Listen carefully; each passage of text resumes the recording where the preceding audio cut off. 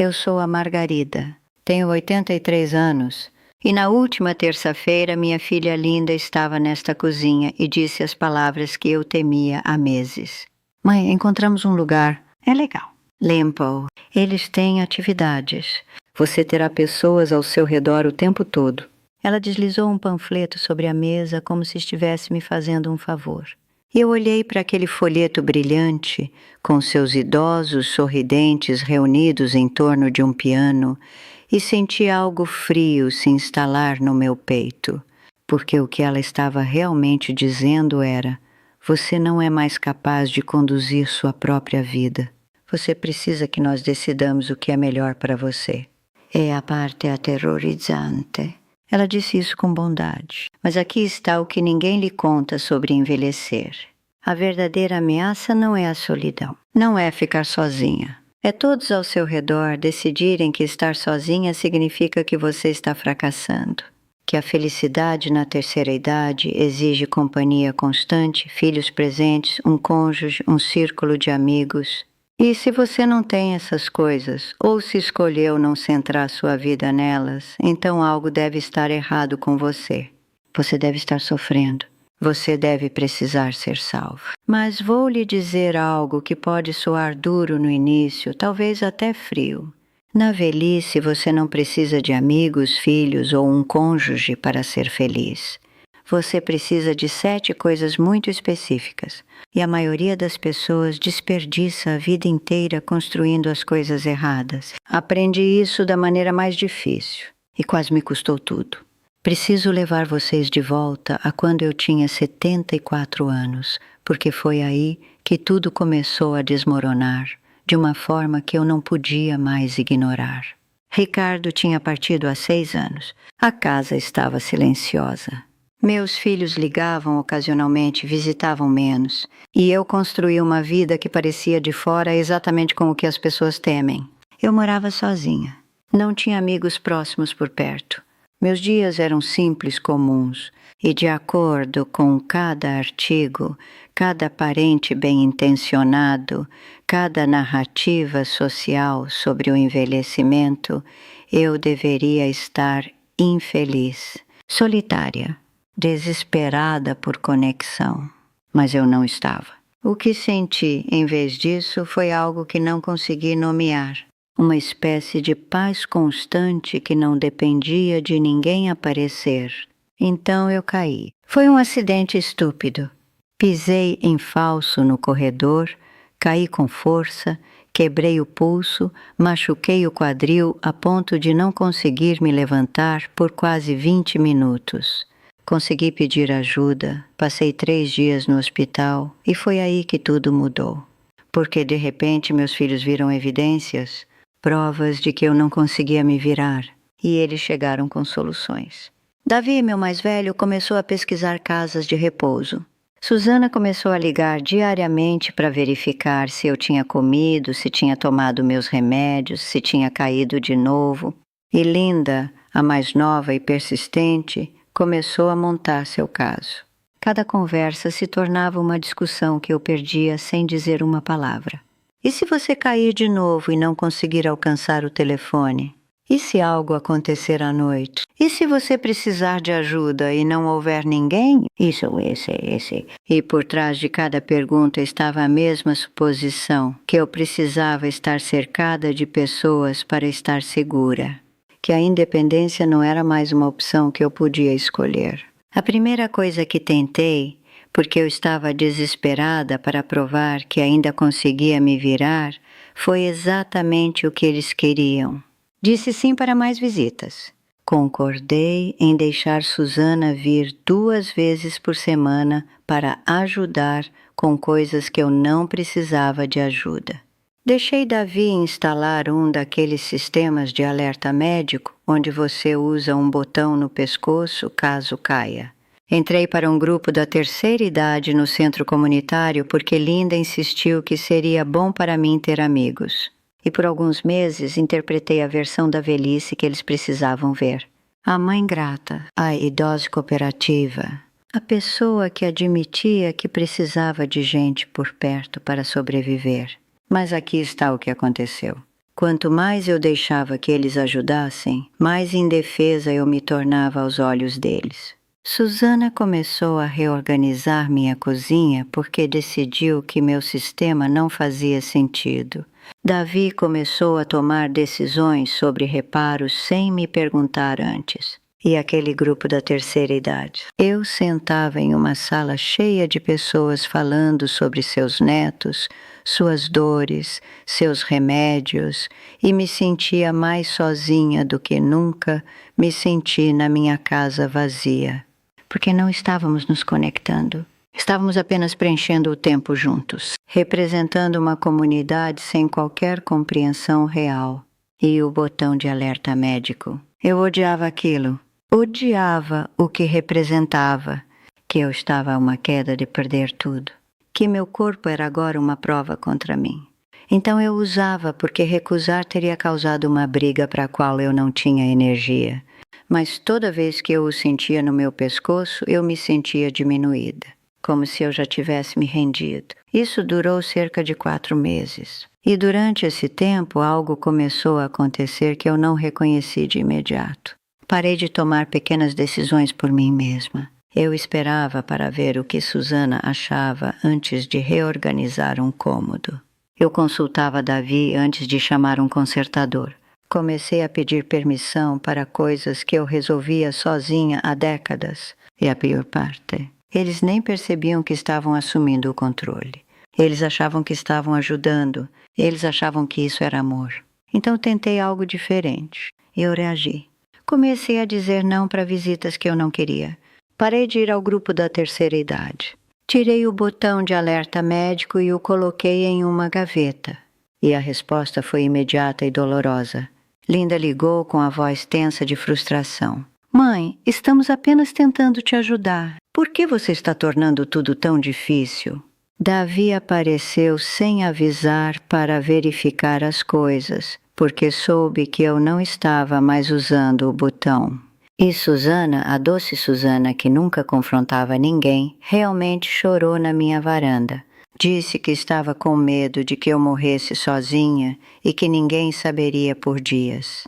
E eu percebi algo devastador naquele momento. Não havia versão de independência que eles aceitassem, porque o medo deles era maior do que a minha realidade. Eles não conseguiam ver que eu estava bem. Eles só conseguiam ver o que poderia dar errado. E cada escolha que eu fazia para viver nos meus próprios termos parecia teimosia, negação ou deterioração. Então tentei uma terceira abordagem, aquela que eu achei que finalmente funcionaria. Concordei em me mudar para mais perto de Linda. Não para uma casa de repouso, mas para um pequeno apartamento na cidade dela, a 15 minutos de sua casa. Pensei que talvez se eu estivesse por perto, se eles pudessem me ver regularmente, eles relaxariam. Eles parariam de me tratar como se eu estivesse a um suspiro de uma catástrofe. E por um tempo pareceu que poderia funcionar. Linda visitava com frequência. Eu via meus netos mais vezes. Eu jantava na casa dela aos domingos. De fora parecia que eu tinha feito a escolha certa, mas dentro daquele apartamento comecei a desaparecer. Porque a proximidade não aliviou a preocupação deles, ela aumentou. Linda aparecia sem avisar, entrava, comentava sobre o que eu estava comendo, se eu tinha saído, se eu parecia estranha naquele dia. Meus dias começaram a girar em torno da agenda dela, das necessidades dela, da percepção dela de como minha vida deveria ser. E lentamente, silenciosamente, senti-me ficando menor. Não porque Linda fosse cruel, mas porque eu tinha me colocado em uma posição onde a preocupação de outra pessoa tinha mais peso do que meu próprio senso do que eu precisava. Aguentei 8 meses naquele apartamento. E então, certa tarde, eu estava sentada perto da janela e percebi que não conseguia me lembrar da última vez que tomei uma decisão só porque eu queria. Não conseguia me lembrar da última vez que um dia transcorreu de acordo com meu próprio ritmo e não com as expectativas de outra pessoa. E entendi, com uma clareza que era quase dolorosa, que eu estava tentando resolver o problema errado. Eu estava tentando provar aos meus filhos que poderia ser feliz do jeito deles. Mas nunca parei para perguntar se o jeito deles algum dia funcionaria para mim. Então fiz algo que não fazia há anos. Parei de tentar fazê-los entender. Mudei-me de volta para minha casa. Silenciosamente, sem pedir permissão, sem me explicar de uma forma que convidasse à negociação, eu simplesmente fiz. E a reação foi exatamente o que eu esperava. Mágoa, raiva, acusações de que eu estava sendo egoísta, teimosa e irracional. Linda não falou comigo por 3 semanas. Davi ligou uma vez com a voz fria e disse: "Espero que você saiba o que está fazendo, porque não vamos continuar te resgatando." E naquele silêncio, naquele espaço onde a aprovação deles costumava estar, algo inesperado aconteceu. Comecei a construir as 7 coisas que realmente sustentam uma pessoa na velhice. Não as coisas que as pessoas te dizem que você precisa. As coisas que genuinamente te sustentam quando todo o resto desaparece. Na verdade, todo este sistema, tudo o que vou contar, levei 2 anos desenvolvendo após voltar para casa. Cada detalhe, cada pequena prática. Coloquei tudo em um livro que acabei de terminar chamado O Código da Liberdade. Eu não ia lançá-lo. Meu filho Davi disse que eu não deveria, que era muito pessoal, que as pessoas me julgariam. Mas então comecei a ouvir mulheres como eu. Eleonora, 79 anos, que leu uma cópia inicial e disse que isso lhe deu permissão para parar de se desculpar por morar sozinha. Beatriz, 81 anos, que me disse que isso a ajudou a estabelecer limites com sua filha pela primeira vez em décadas. E Ruth, 76 anos, que me escreveu uma carta dizendo que estava há 2 semanas de se mudar para uma instalação que ela não queria e que ler isso a fez mudar de ideia. Então coloquei no comentário fixado. Talvez eu o remova se minha família descobrir que é público. Mas está lá agora, se você precisar. O primeiro pilar, aquele que eu deveria ter protegido desde o início, é um corpo que ainda coopera.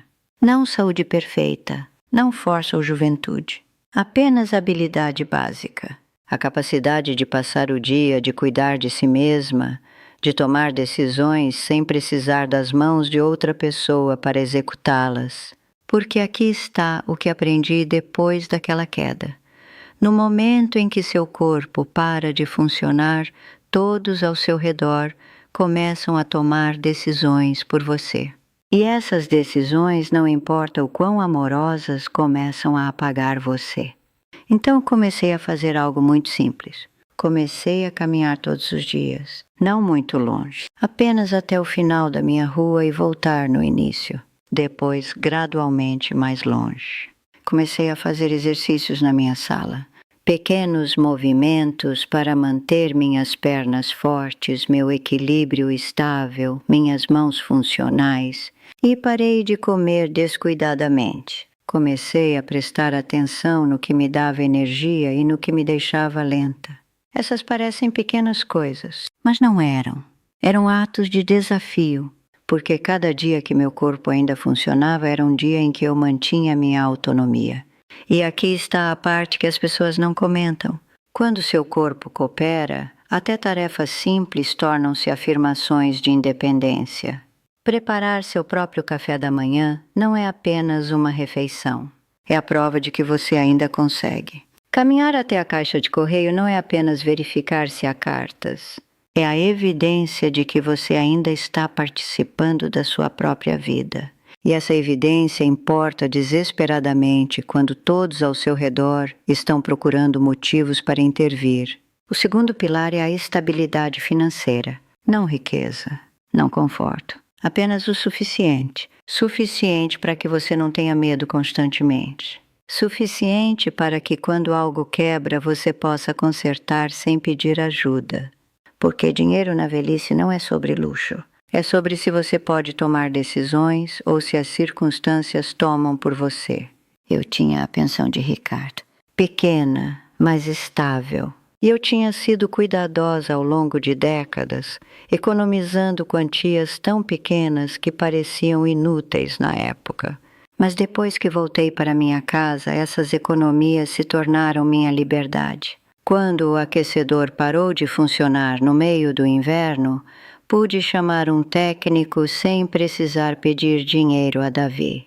E isso importava mais do que manter a casa aquecida, porque no momento em que você depende financeiramente dos seus filhos, o poder muda completamente. Você não é mais um adulto tomando decisões. Você é um dependente que eles estão sustentando. E isso muda tudo. Então, tornei-me ainda mais cuidadosa. Aprendi a viver com muito pouco, não porque eu gostasse da privação, mas porque cada real que eu não gastava era um real entre mim e a perda do controle. E o que descobri foi que a paz não vem de ter muito, vem de saber que o que você tem cobre o que você precisa. Quando isso é verdade, sua mente para de rodar cenários de pior caso constantemente.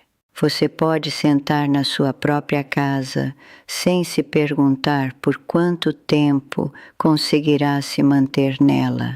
O terceiro pilar é a rotina. Rotina simples, quase invisível. Quando voltei, meus dias não tinham estrutura no início.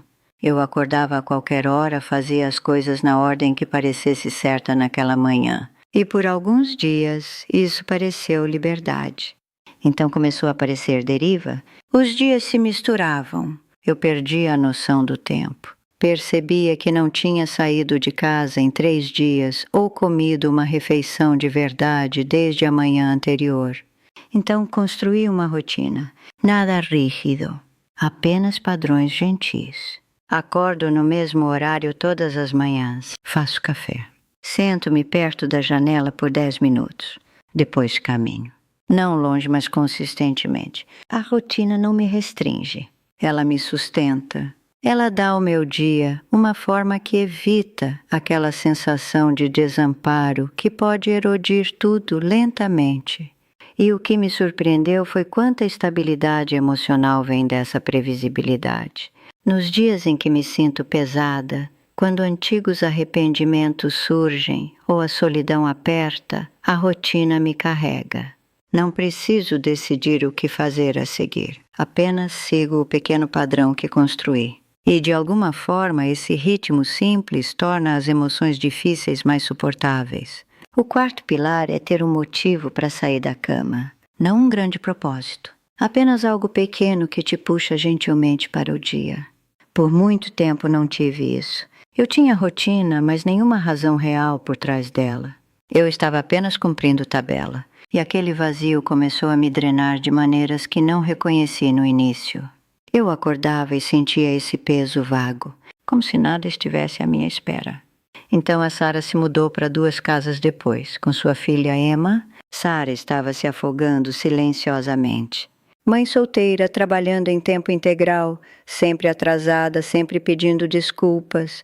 E uma tarde, eu a observei lutando para colocar Emma no carro enquanto equilibrava sacolas de compras e um telefonema. Então, caminhei até ela e disse: "Posso buscar a Emma na escola se isso ajudar?" E tornou-se algo que eu fazia. Na maioria das tardes, caminho até a escola e trago a Emma para casa. Sentamos juntas por um tempo. Ela fala. Eu ouço. Às vezes fazemos um lanche, às vezes apenas sentamos em silêncio. E o que eu não esperava era o quanto essa pequena responsabilidade mudaria tudo. Porque agora, quando acordo, sei que alguém conta comigo, não de uma forma pesada, apenas o suficiente para que meu dia tenha direção. Emma precisa que eu apareça. E essa necessidade me dá um motivo para me importar com como o dia se desenrola. O quinto pilar é a conexão profunda, mas não da maneira que as pessoas pensam. Você não precisa de muitas pessoas. Você não precisa de companhia constante. O que você precisa é de um relacionamento onde você não precise atuar, onde você possa ser exatamente quem você é sem se editar. Para mim é minha irmã Joana. Nós nos falamos talvez uma vez a cada 2 semanas, às vezes menos. Mas quando falamos não há fingimento. Não preciso agir como se estivesse me saindo melhor do que realmente estou. Ela não tenta me consertar. Nós apenas conversamos. sobre pequenas coisas na maioria, mas de uma forma que parece verdadeira. E depois dessas conversas sinto-me menos sozinha. Não porque ela resolveu algo, apenas porque ela me viu.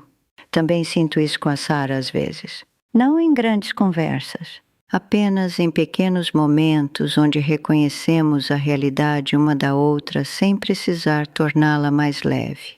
Quando ela está exausta e eu digo, você parece cansada, e ela não finge que não está. Quando estou me movendo mais devagar e ela ajusta seu ritmo sem comentar. Esses pequenos atos de reconhecimento criam uma conexão que não depende de frequência. Depende de honestidade. O sexto pilar é a capacidade de estar em paz sozinha. Porque não importa como sua vida seja estruturada, haverá longos períodos em que será apenas você e sua própria mente. E se sua mente for inquieta, se o silêncio parecer insuportável, então a solidão se torna sofrimento. Aprendi isso lentamente. No início, ficar sozinha parecia pesado. Eu ligava a televisão apenas para preencher o silêncio. Eu ligava para pessoas com quem não queria realmente conversar, apenas para ouvir outra voz. Porque quando eu ficava parada, meus pensamentos se voltavam para o arrependimento, para tudo que eu deveria ter feito de forma diferente. Mas, gradualmente, parei de fugir desses pensamentos.